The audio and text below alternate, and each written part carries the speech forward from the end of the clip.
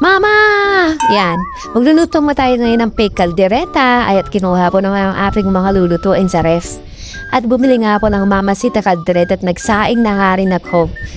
Sinalang ko na nga rin itong kawali at nilagyan ko ng mantika at hinulog ko na nga itong pabilabilang sibuyas. At nilagay ko na rin ang bawang na pamontras sa aswang. Char. At pagkatapos ko mang igasa itong bawang at sibuyas ay sinunod ko na rin iprito itong carrots na maharot pati na rin itong patatas. Patatas para sa kapitbahay mo mapamintas. Char.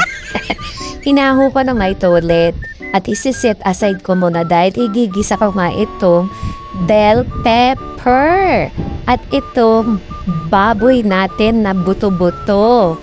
Ayan. Mura ko nga lang ito nabili dahil konti lang naman. At kaya yan, ginisa-gisa ko muna at hinilo-hilo itong baboy dito sa kawaling mainit.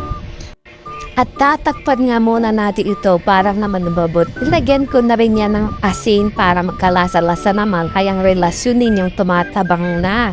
Char! At ayan at nilagyan ko rin ng tubig para mas madali pa ito lumambot.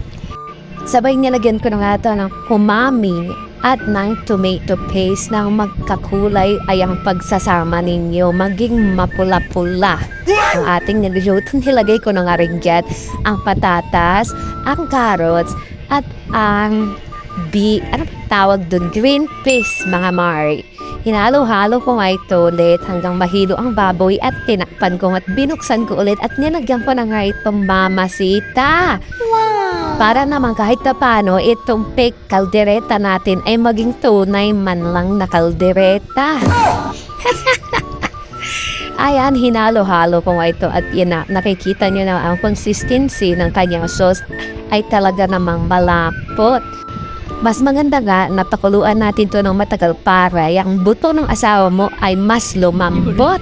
Maganda na nga po ng kanin at ito kakain na nga ako. Bye-bye!